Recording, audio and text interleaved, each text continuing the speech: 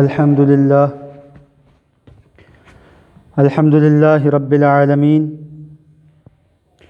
والعاقبۃ للمتقین والصلاة والسلام علی سید الانبیاء والمرسلین نبینا محمد وعلی آلہ واصحابہ اجمعین اما بعد فاعوذ باللہ من الشیطان الرجیم بسم اللہ الرحمن الرحیم قال اللہ تعالی فی القرآن المجید بسم اللہ الرحمن الرحیم والعصر ان الانسان لفی خسر آمنت باللہ صدق اللہ ومولانا العظیم قال اللہ تعالی فی القرآن المجید والفرقان الحمید فی شانہ حبیبہ الکریم مخبرا وآمرا ان اللہ وملائکتہ یصلون علی النبی یا ایہا الذین آمنوا صلوا علیہ وسلموا تسلیما۔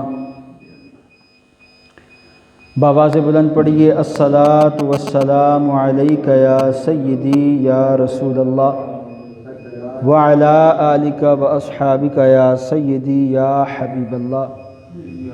الصلاۃ والسلام علیک یا سیدی یا رحمۃ للعالمین وعلی آلک واصحابک یا سیدی یا خاتم الانبیاء والمرسلین۔ بندہ پروردگارم امت احمد نبی دوست دار چار یارم تابع اولاد علی مذہب حنفیہ دارم ملت حضرت خلیل خاک پائے غوث اعظم زیر سایہ ہر ولی صدیق عکس حسن کمال صدیق عکس حسن جمال محمد است فاروق ذل جاہ و جلال محمد است عثمان ضیاء شمع کمال محمد است حیدر بہار باغ و خصال محمد است صلی اللہ تعالی علیہ وسلم۔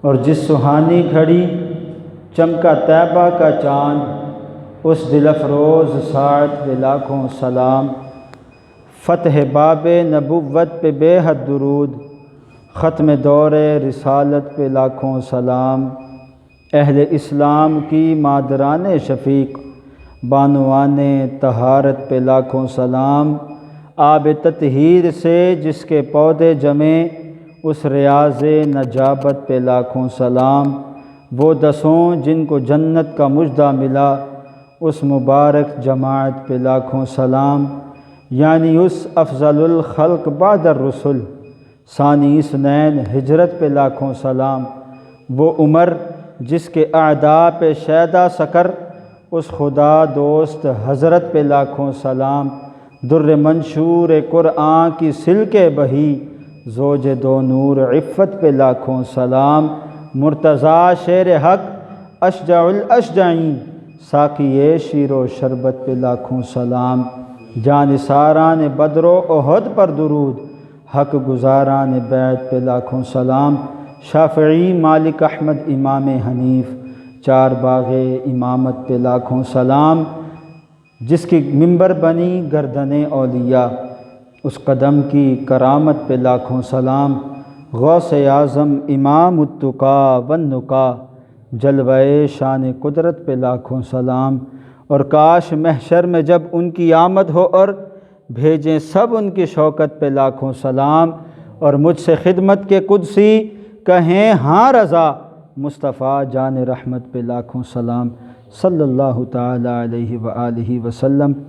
مولاي صل وسلم دائما ابدا علی حبیبک خیر الخلق کلہم یا رب بالمصطفیٰ بلغ مقاصدنا واغفر لنا ما مضى یا واسع الکرم، بلغ العلا بکمالہ کشف الدجا بجمالہ حسنت جمیع خصالہ صلوا علیہ وآلہ واصحابہ وسلموا تسلیما۔ یا صاحب الجمال و یا سید البشر من وجهک المنیر لقد نور القمر لا يمکن الثناء کما کان حقہ بعد از خدا بزرگ توئی قصہ مختصر۔ تمام تر تعریفیں اس اللہ جل وعلا کے لیے جو خالق کائنات ہے اور مالک شش جہات بھی۔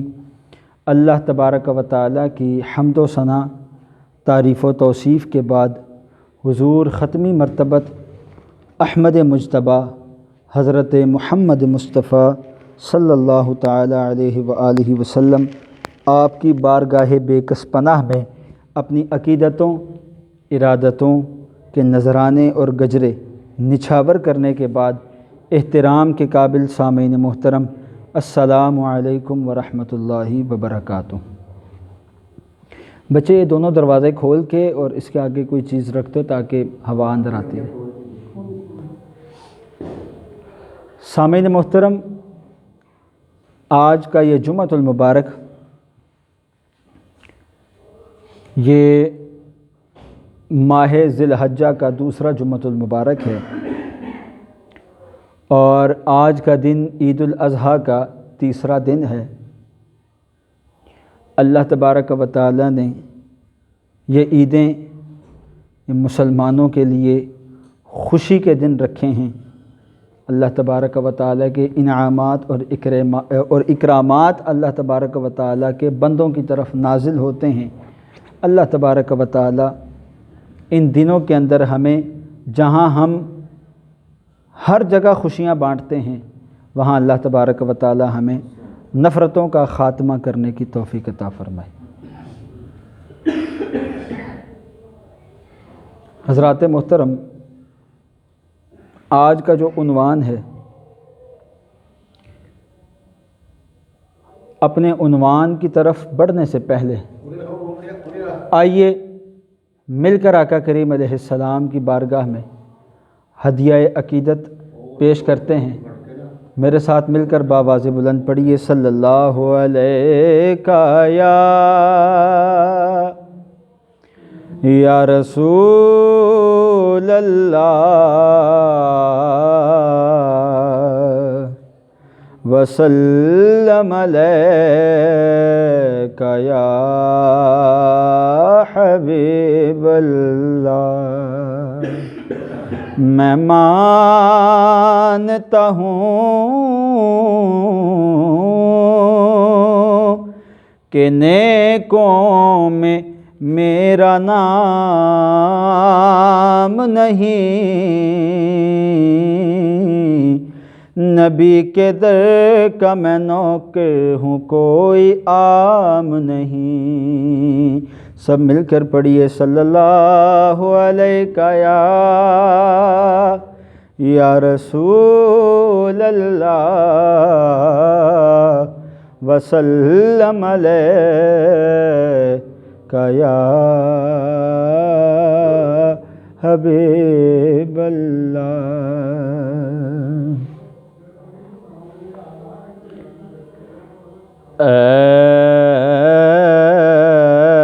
ایسا کوئی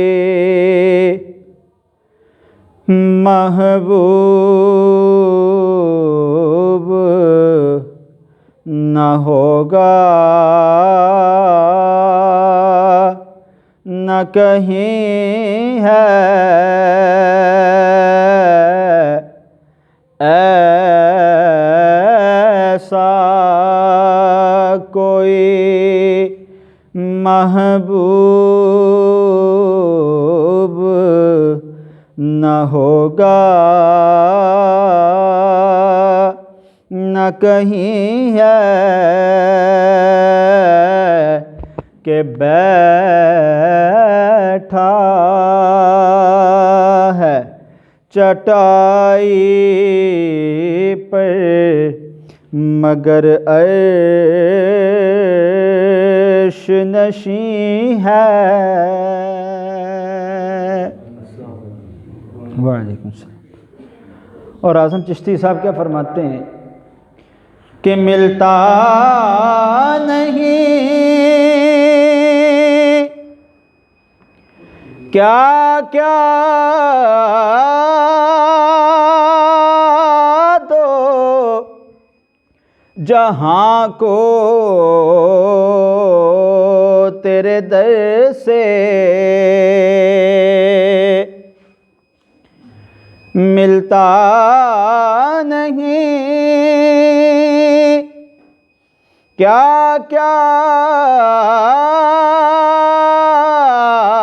دو جہاں کو تیرے در سے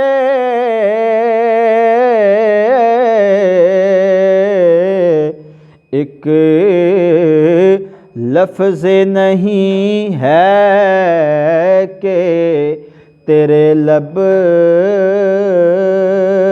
پہ نہیں ہے، کہ ایک لفظ نہیں ہے کہ تیرے تیرے لب پہ نہیں ہے، اور تو چاہے تو ہر شب ہو مثال شب اسرا، تو چاہے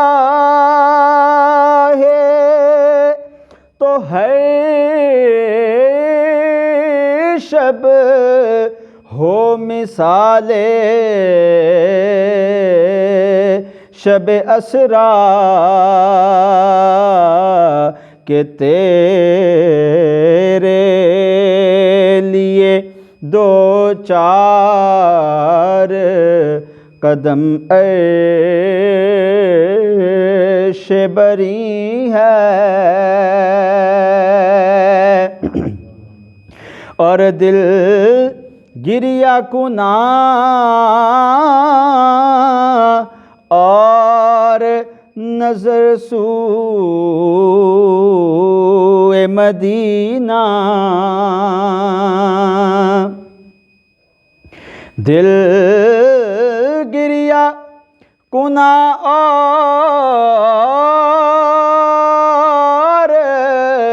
نظر سوئے مدینہ، اعظم تیرا انداز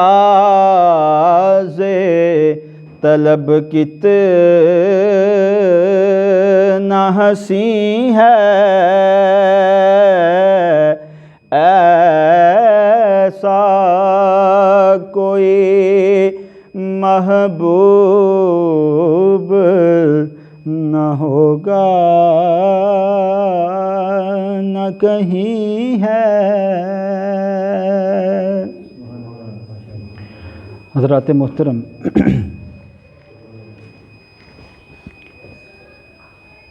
اللہ تبارک و تعالی نے 30ویں سپارے کے اندر سورہ عصر، مختصر سی صورت ہے، اللہ تعالیٰ نے اس صورت کے اندر ارشاد فرمایا ہے بسم اللہ الرحمن الرحیم، والعصر، اور زمانے کی قسم۔ بعض مترجمین نے، مفسرین نے، محققین نے عصر کا معنی زمانہ کیا ہے، بعض محققین نے، مفسرین نے، مترجمین نے عصر کا معنی عصر کا وقت کیا ہے، عصر کا وقت، یعنی جب سورج ڈھل جائے اور ہر چیز کا سایہ 2 گنا زیادہ بڑھ جائے، تب سے لے کر غروب آفتاب تک کا جو وقت ہے عصر کا وقت ہے۔ بعض لوگوں نے اس سے مراد وہ وقت لیا ہے۔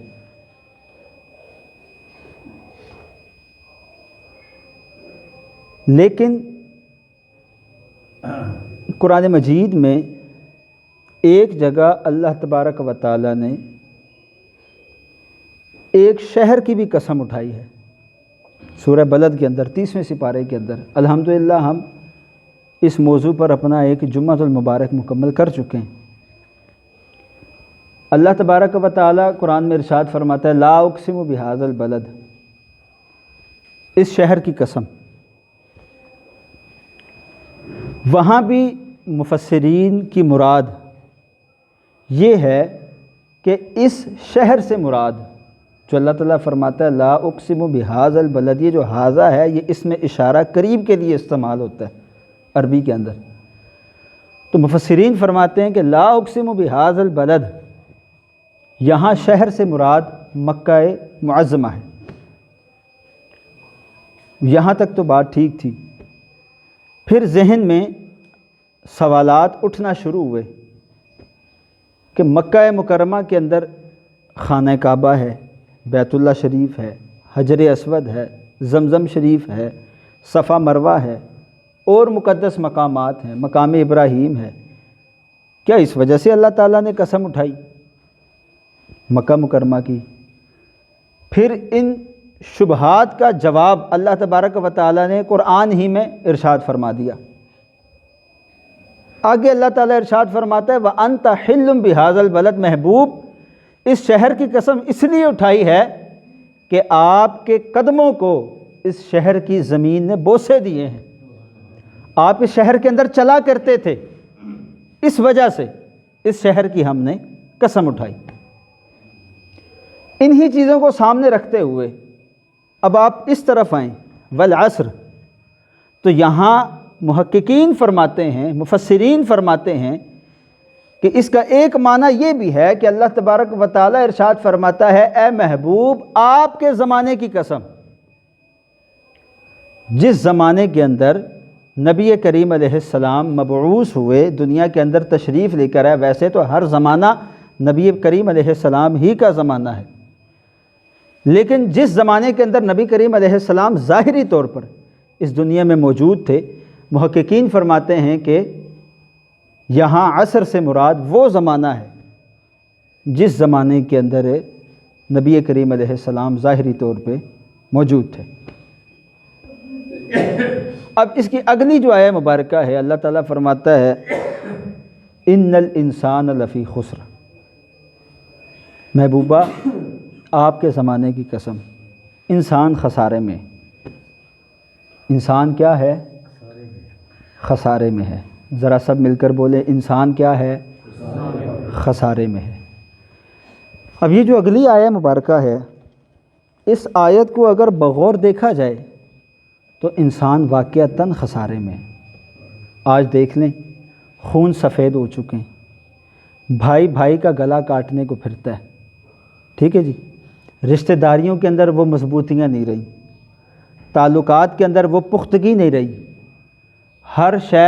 ہر بندہ اپنے مفاد کے پیچھے ہے، ٹھیک ہے جی، ہر بندہ اپنے مطلب کے لیے ہے، ہر طرف پیسے کی دوڑ ہے۔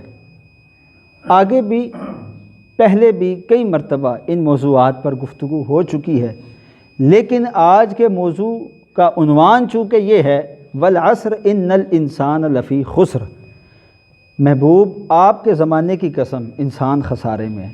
فی زمانہ اگر دیکھا جائے تو انسان واقعتاً خسارے میں ہے۔ اس کی وجہ یہ ہے کہ جس زمانے کی قسم اللہ تبارک و تعالیٰ قرآن کریم میں اٹھا رہا ہے، وہ زمانہ حضرت ابوبکر صدیق رضی اللہ تعالیٰ عنہ کا بھی زمانہ ہے۔ اس زمانے کے اندر عمر فاروق رضی اللہ تعالیٰ عنہ بھی ہیں، اس زمانے کے اندر عثمان غنی رضی اللہ تعالیٰ عنہ بھی ہیں، اس زمانے کے اندر حیدر کرار کرم اللہ تعالیٰ وجہہ الکریم کا بھی زمانہ ہے۔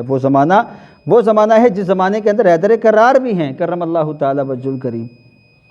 اب اس زمانے کو سامنے رکھتے ہوئے آئیے اس زمانے کی ایک مثال دیکھتے ہیں، پھر ہم موازنہ کرتے ہیں کہ انسان تب خسارے میں تھا یا اب خسارے میں ہے۔ ایک موقع ایسا آیا کہ ایک بندہ زخمی تھا، زخموں کی تاب نہ لاتے ہوئے پیاس کی شدت بڑھ گئی، اور پیاس کی شدت میں اس نے زوردار آواز لگائی العطش، ہائے پیاس، پانی مانگ رہا تھا وہ بندہ۔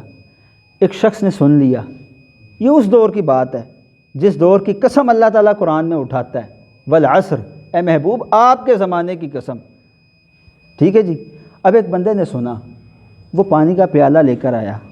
جب وہ پیالہ اس بندے کے پاس لے کر پہنچا، وہاں سے دوسرے بندے کی آواز آئی العطش، تو یہ جو پہلا تھا یہ کہنے لگا مجھ سے زیادہ پیاس اس کو لگی ہے، جاؤ اس کو پانی پلاؤ۔ وہ پیالہ لے کر دوسرے کے پاس چلا گیا۔ جدوں وہ دوجے دے کول پہنچیا تیجے دی آواز آ گئی العطش، اور دوجا کہنے لگا بھائی تیجے کو لے جاؤ، انہوں زیادہ پیاس لگی۔ احساس تھا اس وقت لوگوں کے اندر، حالانکہ یہ سارے زخمی تھے، یہ ایک جنگ کا واقعہ ہے، یہ ایک جنگ کا منظر ہے۔ جب وہ تیسرے کے پاس پیالہ لے کر گیا تو چوتھے کی آواز آئی، اسی طرح پانچویں کی، چھٹے کی، ساتویں کی آواز آئی۔ جب ساتویں کے پاس پہنچا تو پہلے کی شدت زیادہ بڑھ گئی، پہلے کی آواز زیادہ بلند ہو گئی۔ اب وہ ساتویں کے پاس تھا، یہاں سے پہلے نے دوبارہ آواز لگائی العطش، وہ ساتواں کہنے لگا بھائی دوڑ کے جاؤ، پہلے کے پاس پیالہ لے کر جاؤ، اس کی شدت زیادہ بڑھ چکی ہے۔ وہ پہلے کے پاس جب پیالہ لے کر پہنچا تو پہلا زخموں کی تاب نہ لاتے ہوئے جام شہادت نوش کر چکا تھا، اس کی روح نکل چکی تھی، وہ مر چکا تھا۔ وہ دوسرے کے پاس پہنچا تو دوسرے کی بھی روح نکل چکی تھی، تیسرے کے پاس پہنچا، پہنچنے سے پہلے تیسرے کی بھی روح نکل چکی تھی۔ اس طرح کرتے کرتے وہ ساتوں کے ساتوں شہید ہو گئے۔ لیکن معاملہ کیا تھا، سامنے رکھنا کیا ہے کہ اپنی پیاس پر انہوں نے دوسروں کی پیاس کو ترجیح دی۔ خود بھی پیاسے تھے، خود بھی زخمی تھے، لیکن جب دوسرے کی تکلیف دیکھی اپنی تکلیف بھول گئے۔ ٹھیک ہے جی، وہ اکثر میں ایک شعر پڑھا کرتا ہوں، جس دور پہ نازاں تھی دنیا اب ہم وہ زمانہ بھول گئے، اوروں کو جگانا یاد رہا خود ہوش میں آنا بھول گئے۔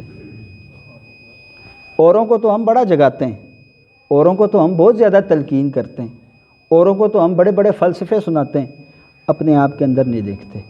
اوروں کو جگانا یاد رہا خود ہوش میں آنا بھول گئے، منہ دیکھ لیا آئینے میں پر داغ نہ دیکھا سینے میں، جی ایسا لگایا جینے میں کہ مرنے کو مسلمان بھول گئے۔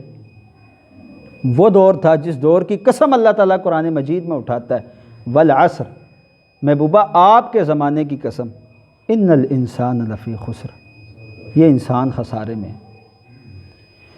یہ سمرقند کا واقعہ ہے۔ ایک بزرگ تھے، انہوں نے کہا کہ آج کا انسان خسارے میں کس طرح ہے، بات سمجھ میں نہیں آئی۔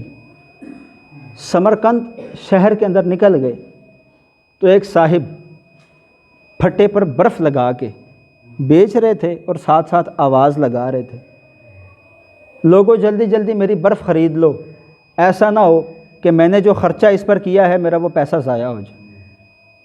آپ دیکھیں، اب سبزی ہے، فروٹ ہے، اور کوئی چیز ہے، بیچتے ہیں، اگر آج نہیں بکی کوئی بات نہیں، کل بک جائے گی، کل نہیں بکی کوئی بات نہیں، پرسوں بک جائے گی۔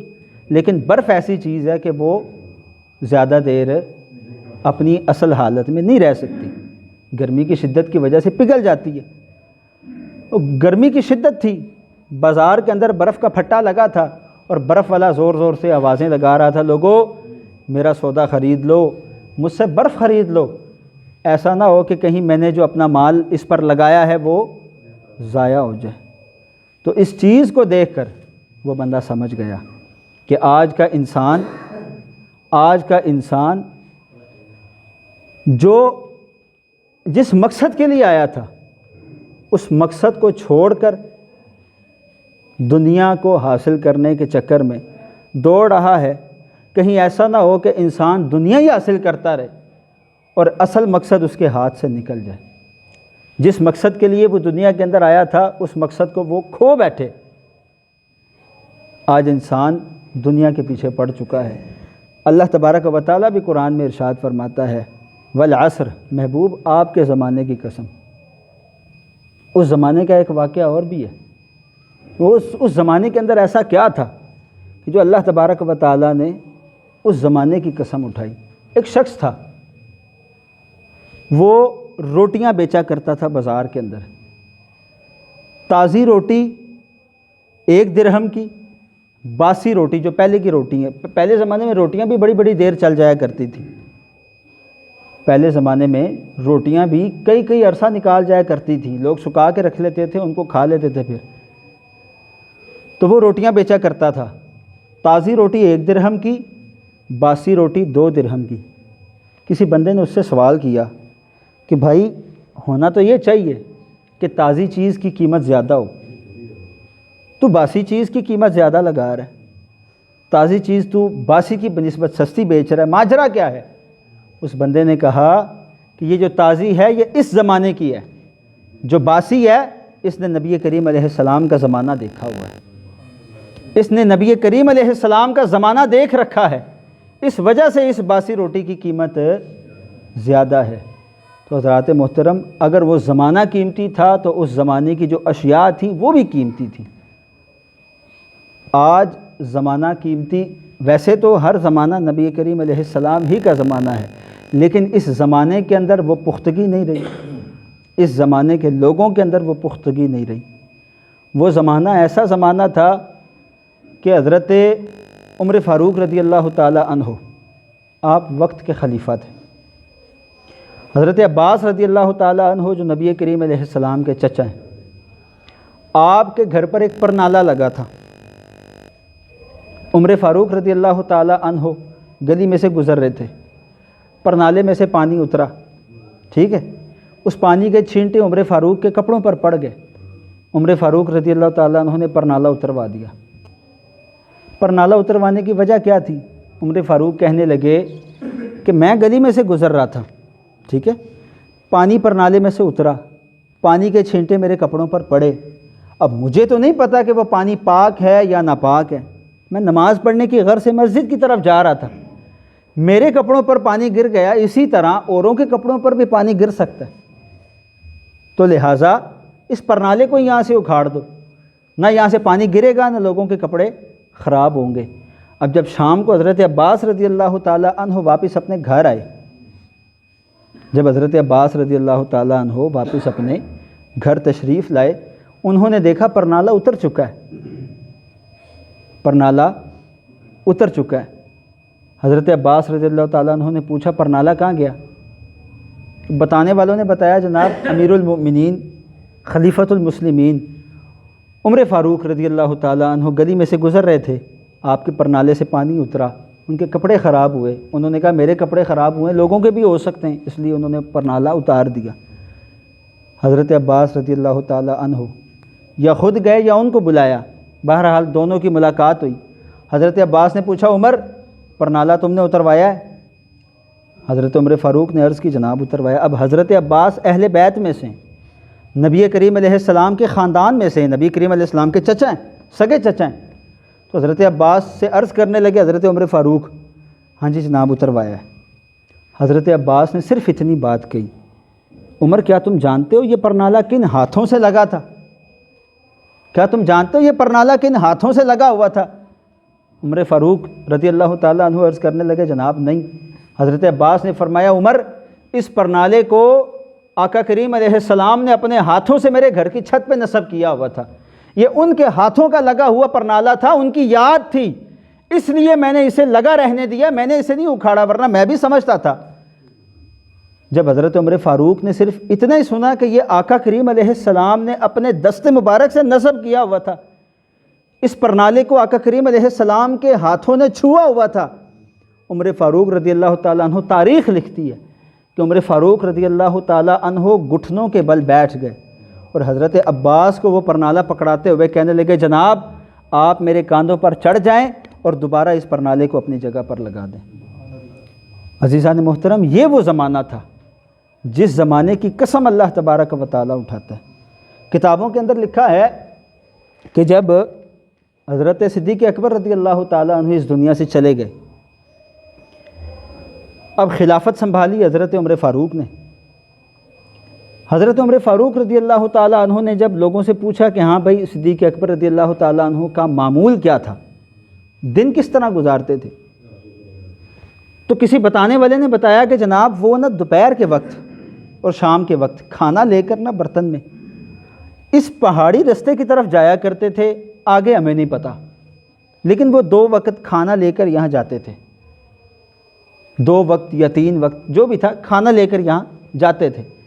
عمر فاروق رضی اللہ تعالیٰ عنہ نے کھانا لیا، اس پہاڑی رستے کی طرف چلے گئے، چلتے چلتے آگے دیکھا تو آگے ایک غار تھی۔ آج کے دور میں ہم مقابلے بازی کرتے ہیں عیش و عشرت کے معاملے میں، گاڑیوں کے معاملے میں، پیسے کے معاملے میں، ٹھیک ہے، لیکن اس زمانے کے اندر مقابلے بازی کس چیز کے اندر ہوا کرتی تھی؟ سماعت فرمائیے گا۔ جب عمر فاروق رضی اللہ تعالیٰ عنہ آگے تشریف لے جا رہے تھے تو دیکھا آگے ایک غار آئی۔ اب اس غار کے اندر گئے تو دیکھا ایک معذور شخص آنکھوں سے نابینا اس غار کے اندر بیٹھا تھا۔ عمر فاروق سمجھ گئے اب اس بندے کے ہاتھ بھی سلامت نہیں تھے، وہ خود نوالا توڑ کے اپنے منہ میں بھی نہیں ڈال سکتا تھا۔ فاروق اعظم سمجھ گئے کہ صدیق اکبر رضی اللہ تعالیٰ عنہ اسی شخص کے لیے کھانا لے کر آتے تھے۔ آپ اس کے پاس بیٹھے، سلام کیا، ٹھیک ہے، بیٹھے۔ آپ نے جب نوالا توڑ کے پہلا نوالا اس شخص کے منہ میں ڈالا، اس شخص نے نوالا چبائے بغیر فوری طور پر ایک سوال بلند کیا، اور وہ کہنے لگا کہ لگتا ہے صدیق اکبر دنیا سے چلے گئے۔ تم ابو بکر نہیں ہو نا؟ لگتا ہے ابو بکر اس دنیا سے چلے گئے۔ تو عمر فاروق رضی اللہ تعالیٰ عنہ نے سوال کیا کہ تم کس طرح سمجھ گئے؟ تم تو نابینا ہو، تمہیں کس طرح پتہ چلا کہ میں ابو بکر نہیں ہوں؟ تمہیں کس طرح پتہ چلا کہ یہ ہاتھ ابو بکر کا نہیں ہے؟ ابو بکر دنیا سے چلے گئے۔ وہ شخص کہنے لگا کہ فقط ابو بکر ہی تھا جو یہ جانتا تھا کہ میرے منہ کے اندر دانت بھی نہیں ہیں۔ وہ نوالا پہلے اپنے منہ میں ڈالا کرتا تھا، پھر چبانے کے بعد میرے منہ میں ڈالتا تھا تاکہ مجھے تکلیف نہ ہو اور غذا آسانی کے ساتھ میرے پیٹ تک پہنچ جائے۔ یہ سننا تھا کہ فاروق اعظم کی آنکھوں سے آنسو جاری ہو گئے، اور بے ساختہ آپ کی زبان سے یہ نکلا کہ ابو بکر اس مقام پر بھی آپ مجھ سے بازی لے گئے۔ حضرات محترم، ان لوگوں کے اندر مقابلے بازی نیکیوں کے اندر ہوا کرتی تھی۔ ان کی کوشش ہوتی تھی کہ ہم نیکیوں کے اندر ایک دوسرے سے سبقت لے جائیں، لیکن نیکیاں کرتے ہوئے بھی وہ ایک دوسرے کا دل نہیں دکھاتے تھے، ایک دوسرے کا دل دکھاتے نہیں تھے۔ وہ دل کے اندر اللہ تبارک و تعالیٰ کی ذات بستی ہے۔ مومن کا دل یہ اللہ تبارک و تعالیٰ کا گھر ہے۔ کسی مومن کی دل آزاری کرنا، کسی مومن کا دل دکھانا، پھر انسان خود سمجھ لے کہ کسی کے دل دکھانے کا وبال کتنا سخت ہو سکتا ہے، کیونکہ دل تو اللہ تبارک و تعالیٰ کا گھر ہے۔ مومن کے دل کے اندر اللہ تبارک و تعالیٰ کی ذات بستی ہے۔ تو اللہ تبارک و تعالیٰ نے کیا فرمایا؟ والعصر ان الانسان لفی خسر۔ آج ہمیں غور کرنا چاہیے کہ ہم واقعتاً خسارے میں ہیں، کیونکہ اللہ تبارک و تعالیٰ کا قرآن فرماتا ہے محبوب آپ کے زمانے کی قسم انسان خسارے میں ہے۔ اگر انسان کے پاس 4 پیسے ہیں تو یہ نہ سمجھے کہ میں بڑا مالدار آدمی ہوں، حقیقتاً خسارے میں ہے۔ کیوں کہ انسان کے دامن کے اندر دنیاوی آسائشیں تو ہیں لیکن آخرت کے لیے کچھ بھی نہیں۔ ہمارے پاس آخرت کے لیے کچھ بھی نہیں ہے، لہٰذا انسان کو چاہیے کہ وہ زندگی بسر کرے، یہ نہیں کہ دنیا کے ساتھ ہمیشہ کے لیے پکی قطع تعلق نہیں، دنیا کو بھی ساتھ رکھے، کیونکہ دنیا بھی ضروری ہے، دنیاوی ضروریات بھی سب سے آگے ہیں، دنیاوی ضروریات کو بھی انسان ان کا بھی خیال رکھے، لیکن دنیا کے چکر میں انسان اپنی آخرت کو نہ بھول جائے، دنیا کے چکر میں انسان دین کو نہ بھول جائے، دین بھی ساتھ ساتھ ہو، دنیا بھی ساتھ ساتھ ہو۔ جب بندہ دین پر عمل کرے گا تو دنیا کے لیے، تو دنیا کے اوپر چلنا، دنیا کو ساتھ لے کر چلنا انسان کے لیے آسان ہو جائے گا۔ ہمارے بزرگ فرمایا کرتے تھے کہ جب سے انسان دین سے دور ہوا ہے، انسان کے اندر نئی بیماریوں نے جنم لینا شروع کر دیا۔ صحابہ کرام کے دور میں کوئی ہاسپٹل نہیں تھا، کسی صحابی کے بارے میں ہم نے نہیں سنا کہ انہیں ہارٹ اٹیک آیا ہو، ان کے گردے فیل ہو گئے ہوں، ٹھیک ہے، ان کے جگر کا مسئلہ ہو گیا ہو، انہیں کالا یرکان پیلا یرکان ہو گیا ہو، معاذ اللہ، استغفر اللہ، توبہ استغفر اللہ، پاک سب کو محفوظ رکھے ایسی خطرناک اور موذی بیماریوں سے، کسی کے دماغ کی نس پھٹ گئی ہو۔ یہ جب سے دین سے دوری مسلمان نے، انسان نے اختیار کی ہے، تب سے نئی اور عجیب و غریب بیماریاں، بچہ دنیا کے اندر بعد میں آتا ہے، پیلے یرکان کی شکایت پہلے ہوتی ہے۔ میرے اپنے بچے کے ساتھ یہ معاملہ ہوا ہے، بچے کی ولادت ہوتے ہی پیلا یرکان، آنکھیں پیلی۔ اللہ تبارک و تعالیٰ سب کو محفوظ رکھے۔